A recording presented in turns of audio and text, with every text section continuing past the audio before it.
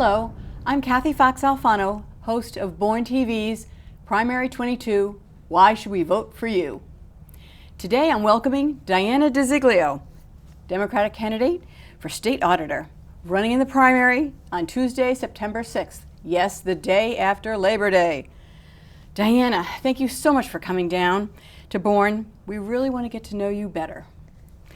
First, Diana, please tell me, what does a state auditor do? Well, first and foremost, thank you so much for welcoming me here in the studio. It is great to be in your community, and been here multiple times, been to your home, been around the area. It's such a beautiful area, and it's just such a pleasure to be here. And thanks to everyone for tuning in. It means a great deal to me that you took time out of your busy schedules to tune in to learn more about me as a candidate. My name's Diana DiZoglio. I'm running to be your next state auditor. And to answer Kathy's question, what does the state auditor do? I get this question all the time, Kathy.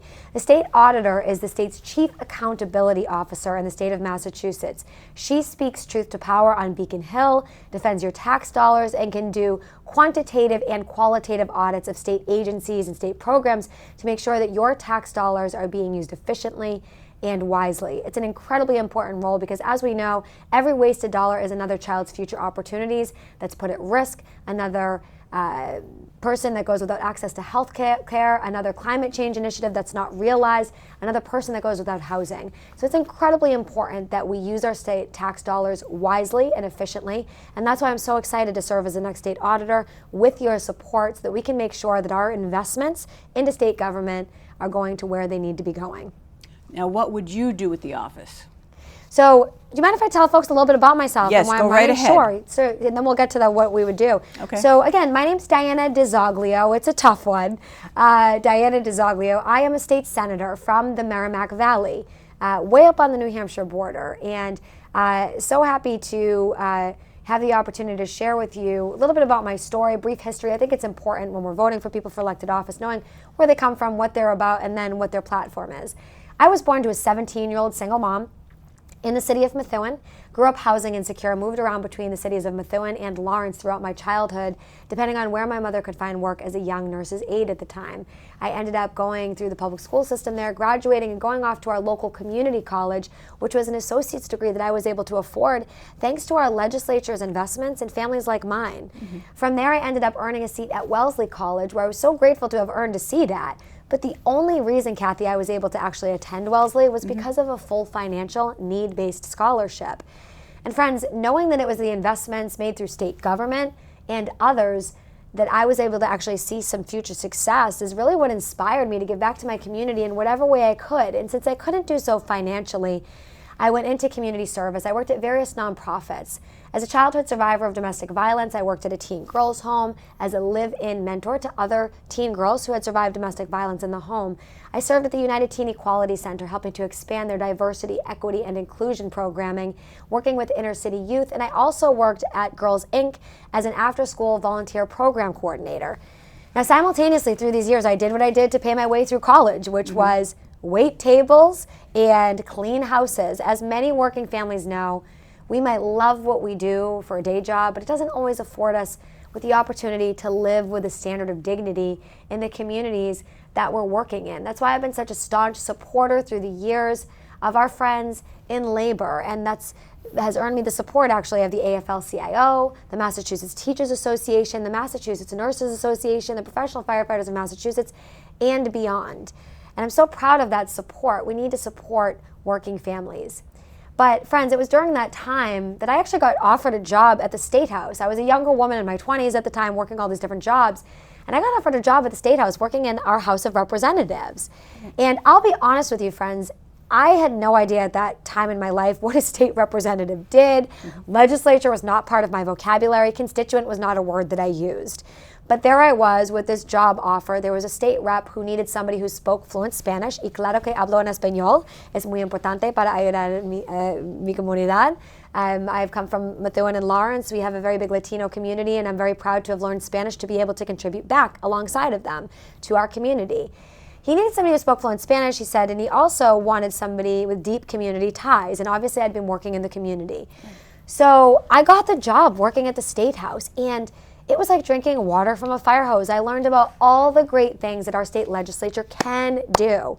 from investing in early intervention, public education, public higher education, fighting against climate change and for environmental justice, fighting for access to health care for all, fighting to make sure that we have a robust mental health services and addiction services. So incredibly important. As we know, addiction doesn't discriminate. Fighting for a woman's right to choose, fighting for social justice, all these important things I learned about as a legislative aide up on Beacon Hill, and I learned about all the great things that the legislature can do. But I also, Kathy, during that very short time, learned about the flip side of how our government can operate when there's no accountability. And as I said, I was a younger woman in my 20s back then. This was many years ago. And I was working up on Beacon Hill, and I was sexually harassed in our own House of Representatives.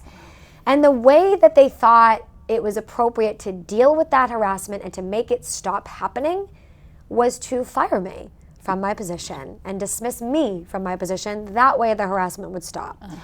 And not only did that occur, but on my way out the door, I was required, in order to collect a basic standard severance package, to sign a taxpayer-funded non-disclosure agreement that was meant to completely silence me from talking about literally anything I'd seen, witnessed, or experienced behind those closed doors among some of the most powerful politicians in Massachusetts.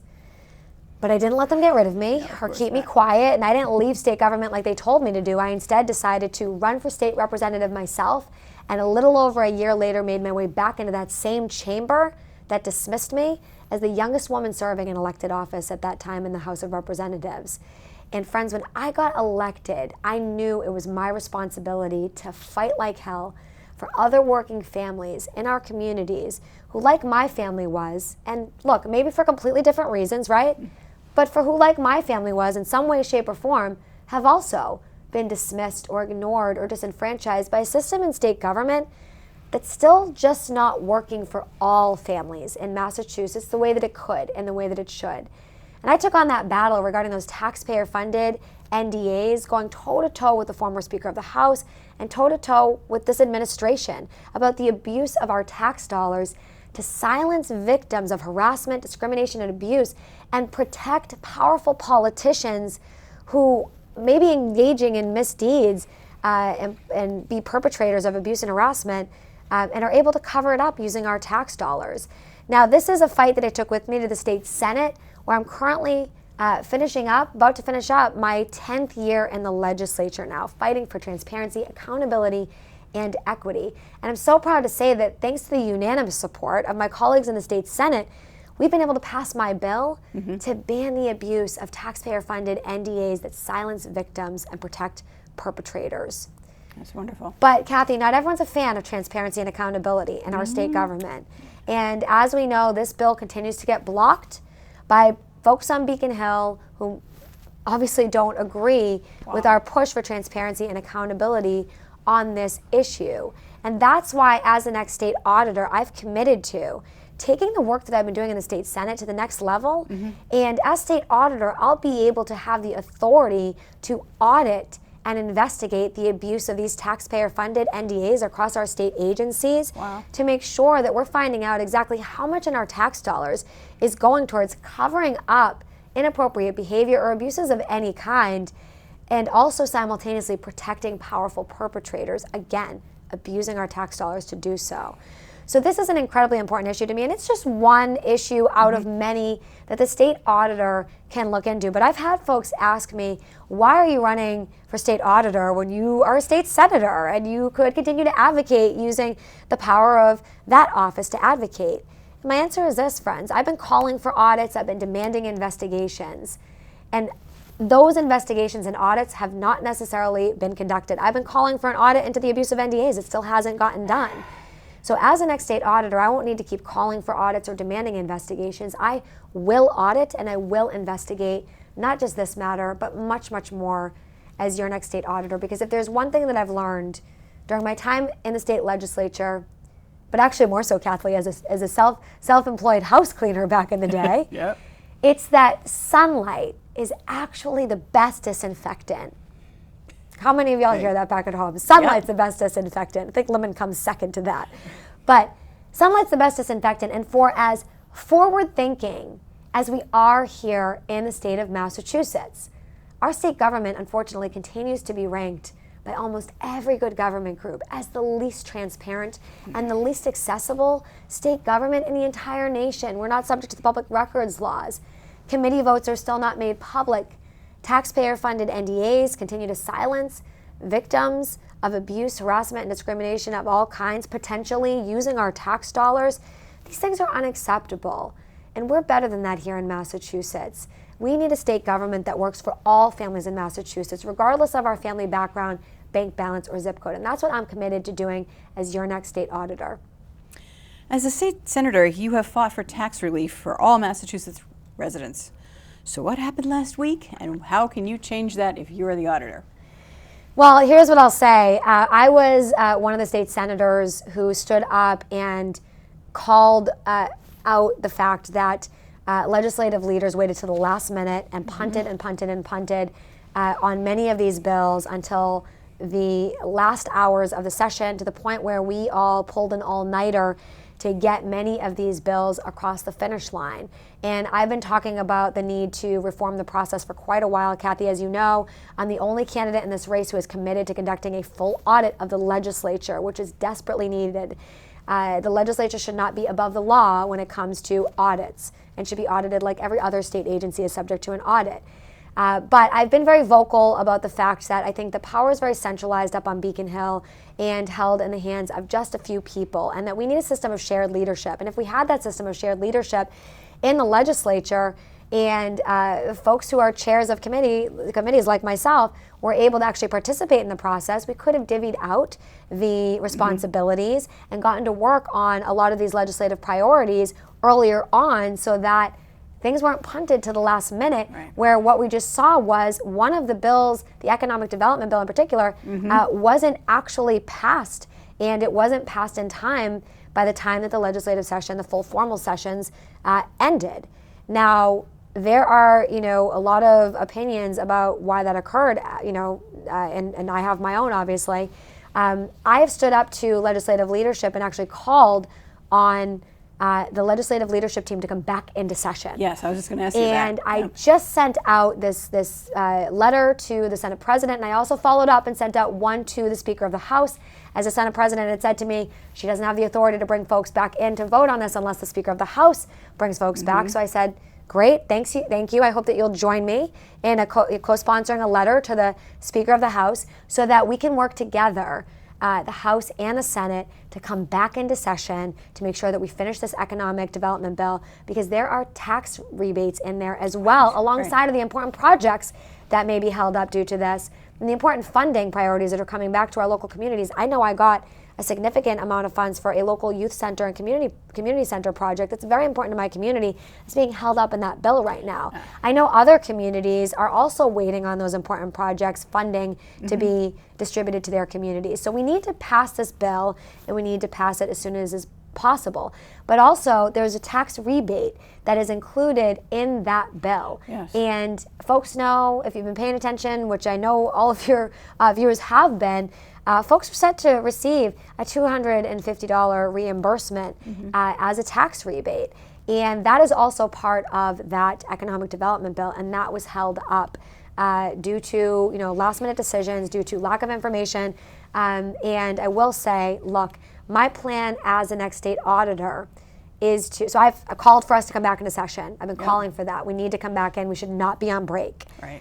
But in addition to that, I want to talk about what my plan is as the next state auditor regarding this issue. Yes. What ended up happening is, due to a provision in the law, Chapter 62F, that was triggered due to the amount of additional tax revenue that we have coming into the state. A trigger of $3 billion is set to go back to the taxpayers, automatically speaking. Now, this was found out in the wee hours of the session, I should say, or in the days before the session. Right. Is that the $250, or are we getting more than that? So the legislature had already voted on the tax relief package, where $250 is going to go back to individuals, in a certain bracket. I supported giving the tax relief to individuals that make under $38,000 a year. My leadership team shut that down, unfortunately. I can't believe that. I was very disappointed with that. Individuals making under $38,000 a year, our lower income families They need need it this assistance the most. So much more. It's crazy. And they were left out of this package, and I fought for it. The leadership team shot it down, unfortunately, and we've been continuing that fight for that. But what I will say is that in addition to that, there was a tax relief package that was passed, a rebate package that was passed for other working families that is being held up in the economic relief bill. That was decided by the legislature that these funds would go back separately before it was found out that $3 billion was supposed to go back automatically anyways. Now, I believe that that law needs to be amended, and that we need to send those tax dollars back, of course, but that we need to do it in an equitable fashion. It's been a long time since that law has been visited, and we need to make sure that we're distributing funds in an equitable fashion to families so that our lower income, our working families, and folks who need it the most are actually getting their fair share of those tax returns. So that needs to be analyzed. But when this happened, Kathy, what ended up happening was everybody started pointing the finger at each other. Well, it's so-and-so's fault, it's so-and-so's fault. We didn't get access to information. Here's my plan as the next state auditor. Look, the auditor does play a role in getting access to this information, and it's a largely confirmatory role, confirming the data that's received or distributed from the DOR commissioner. All right, so we have the DOER commissioner, and they take in information regarding revenues.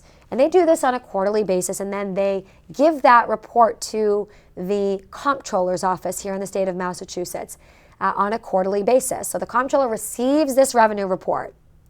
So they have this information about how much is coming in, and obviously we knew, as the time was coming, or they knew that this additional money was coming in, right?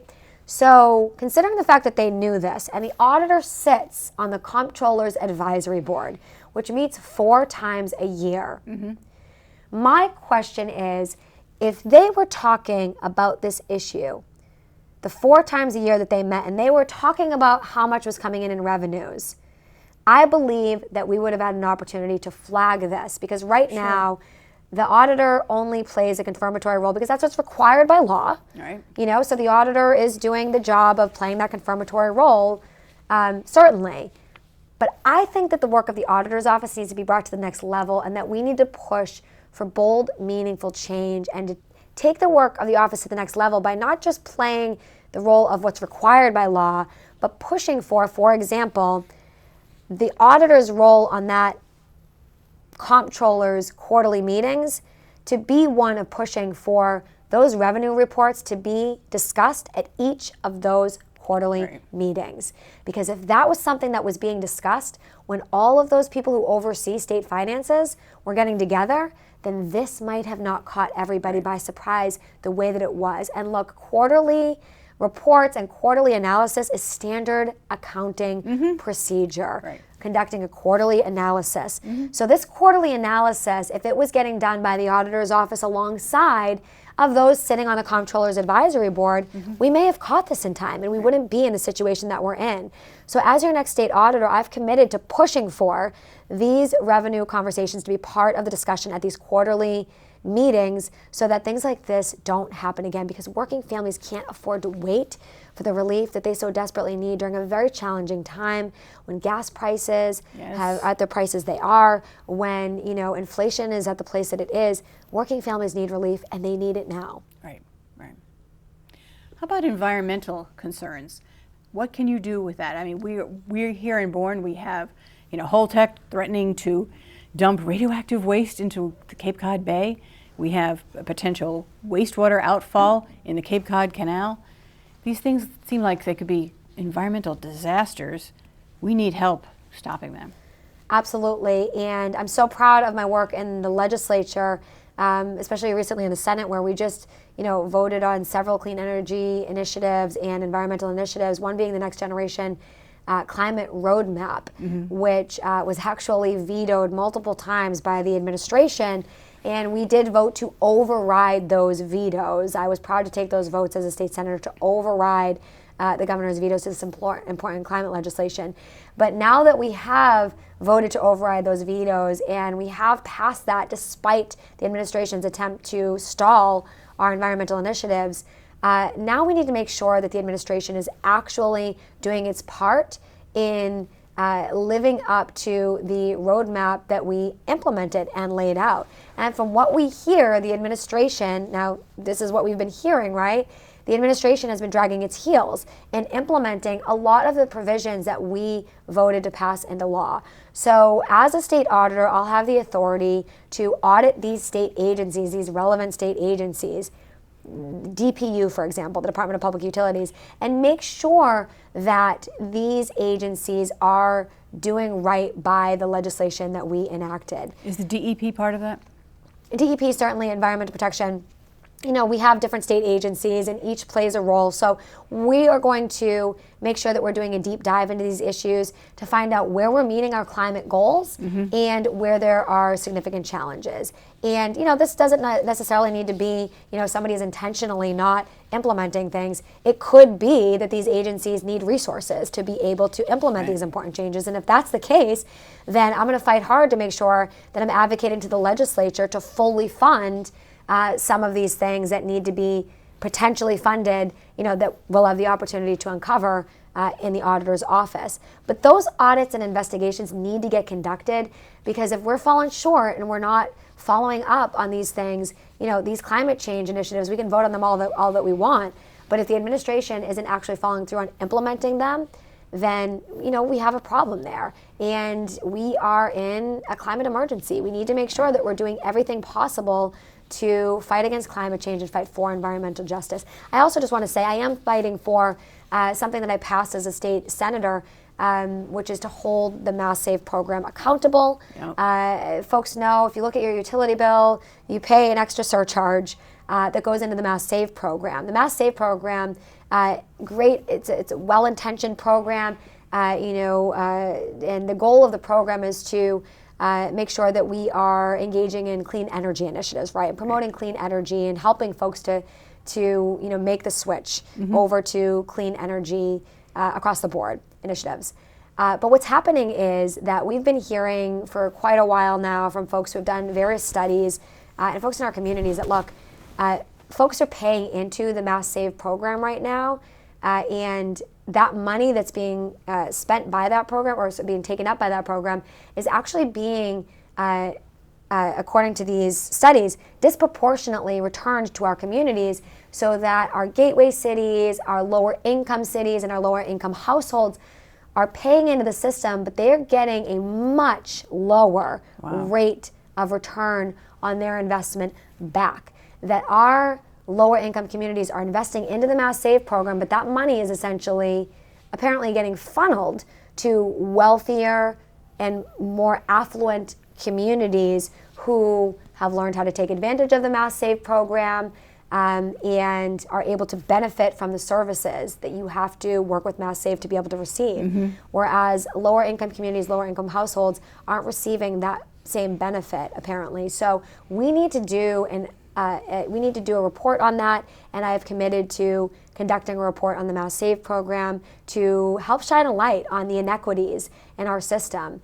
You know, our communities deserve environmental justice, and our families should not have to pay to funnel money away from, you know, these lower income communities into. Do you think it's advertising, you know, communication, education, letting people know that these programs are available? Well, that's why we want to do this report. Yeah, we want to do this report to see what's happening and see why this is apparently occurring according to these other studies that have been conducted. So I want to use the power of the auditor's office to take a deep dive into that and uncover, you know, what potentially needs to be changed in order to make a difference for workers in our families who can't afford to be taking money out of their own pocket and funneling it to wealthier, more affluent communities.